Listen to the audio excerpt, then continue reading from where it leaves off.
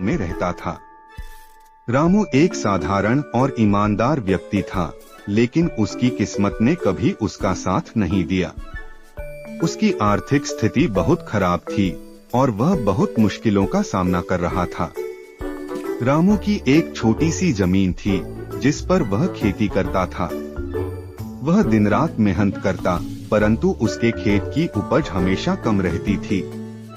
कभी मौसम की मार तो कभी कीट पतंगों का प्रकोप। रामू की फसलें हमेशा किसी न किसी विपत्ति का शिकार हो जाती। बावजूद इसके रामू ने हार नहीं मानी और अपने काम में लगा रहा। एक दिन गांव में एक कृषि अधिकारी आया। उसने किसानों को आधुनिक खेती की तकनीकों के बारे में बताया और उन्हें समझाया कि किस प्रकार वे अपनी उपज को बढ़ा सकते हैं। रामू ने उस अधिकारी की बातें ध्यान से सुनी और नई तकनीकों को अपनाने का फैसला किया। उसने अपनी पुरानी खेती की आदतों को बदलकर नई तकनीकों का प्रयोग शुरू किया। रामू ने अपने खेत में सही समय पर खाद और पानी देना शुरू किया। उसने अच्छी गुणवत्ता के बीज और उर्वरक का उपयोग किया। साथ ही वह कीट नियंत्रण के लिए जैविक उपाय अपनाने लगा। धीरे धीरे उसकी मेहनत रंग लाने लगी। उसकी फसलें अब पहले से कहीं ज्यादा अच्छी होने लगी। गांव के बाकी किसान भी रामू की सफलता से प्रेरित होकर नई तकनीकों को अपनाने लगे। रामू की आर्थिक स्थिति में सुधार होने लगा। उसने अपने बच्चों की पढ़ाई के लिए पैसे जुटाने शुरू कर दिए और घर की मरम्मत भी करवाई। गांव में उसकी मेहनत और समर्पण की कहानियां फैलने लगी और लोग उसे सम्मान की दृष्टि से देखने लगे। रामू का जीवन बदल चुका था, लेकिन उसने अपनी सरलता और ईमानदारी को कभी नहीं छोड़ा। उसने हमेशा अपने गांव और अपने लोगों की भलाई के बारे में सोचा। उसने बाकी किसानों की मदद भी की और उन्हें नई तकनीकों के बारे में जानकारी दी। रामू की सफलता ने उसे गांव के एक महत्वपूर्ण व्यक्ति बना दिया। गांव के लोग उसकी सलाह और मार्गदर्शन को बहुत मानने लगे।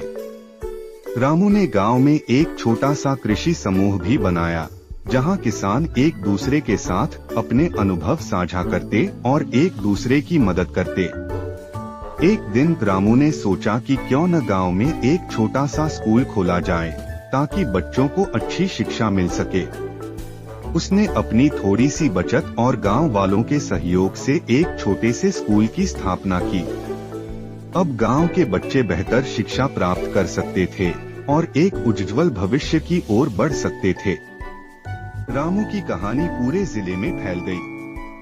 सरकार ने उसकी मेहनत और सफलता को देखते हुए उसे सम्मानित किया और अन्य किसानों के लिए प्रेरणा स्रोत बनाया।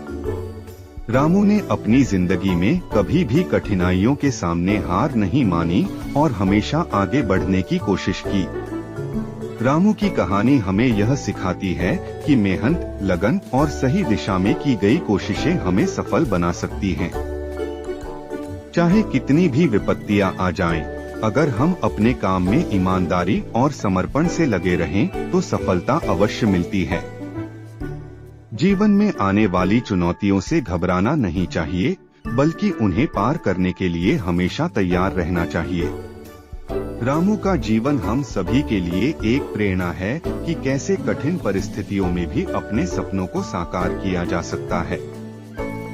उसकी कहानी यह संदेश देती। हरे भरे पेड़ और एक सुंदर चिड़िया चिनू पेड़ की शाखा पर बैठी है।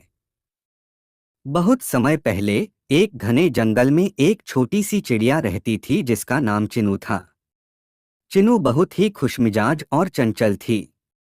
चिनू हवा में उड़ती है, फूलों से मकरंद चूसती है और फिर एक बड़े पेड़ के पास बैठती है। एक दिन चिनू ने सोचा कि वह जंगल के उस पार जाकर देखेगी कि वहां क्या है। चिनू उड़कर जंगल के उस पार जाती है। रास्ते में उसे एक नदी और बड़े पहाड़ मिलते हैं। वह उड़ते उड़ते एक नदी के पास पहुंची और उसे पार करके एक बड़े पहाड़ के पास जा पहुंची। पहाड़ की चोटी पर पहुंचकर उसने देखा कि वहां का दृश्य बहुत ही सुंदर था। पहाड़ की चोटी पर चिनू एक नए दोस्त टिम्मी तोता से मिलती है। वहां उसकी मुलाकात टिम्मी नामक एक तोते से हुई।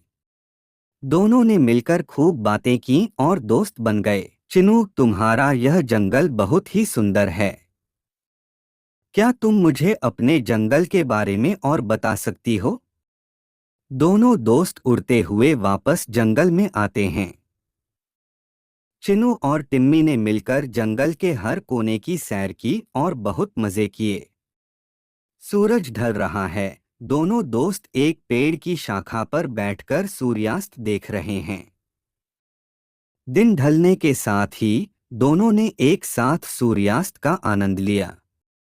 मुझे खुशी है कि मैंने आज यह सफर किया।